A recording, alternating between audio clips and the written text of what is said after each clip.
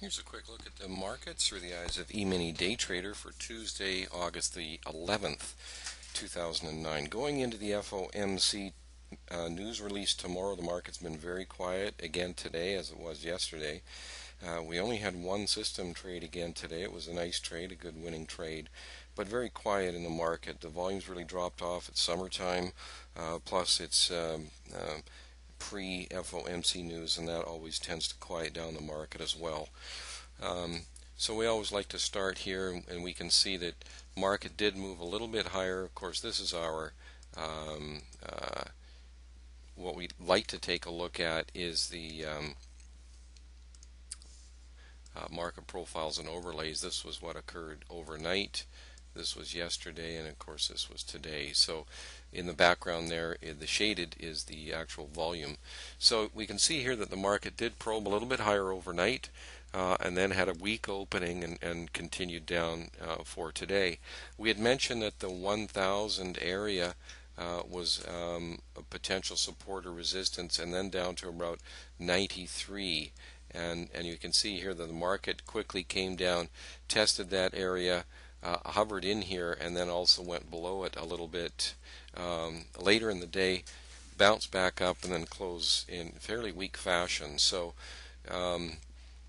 we do have some prices to take a look at here, and when we do, I mean, the market it's certainly, it has a potential right now of certainly dropping off from the area of support that we've found today, which is in the 990 area.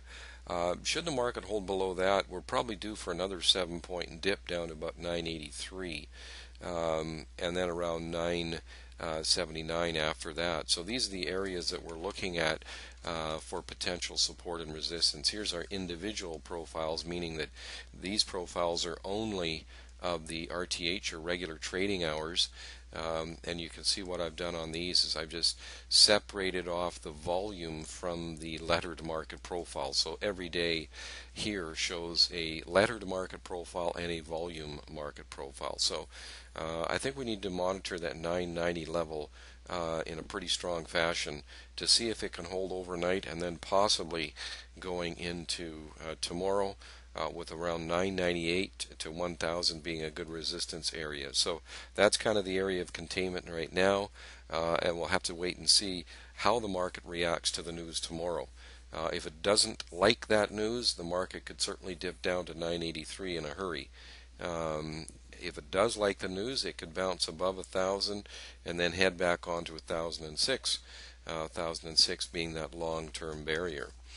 We take a look at our individual directional bias filter. You see it was negative all day.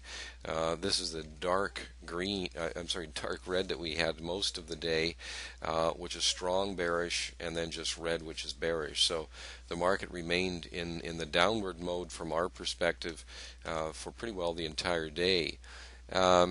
Here's our software just from today. You can see how quiet it was. We only had one trade late in the day as it bounced up. We had a nice deceleration here, and we got short there. We're able to take advantage of some of that down move there. So that was really the only trade we had today. As you can see, it was a pretty quiet day. Other than the initial downward movement here, you can see that most of the day, once it did that, was really in quite a tight range of only about 5 points or so. So we were happy just getting one trade off near the high of that resistance area, and taking out some profits on that. So if you have any questions or comments, just get a hold of us at eMIiniDayTrader.com.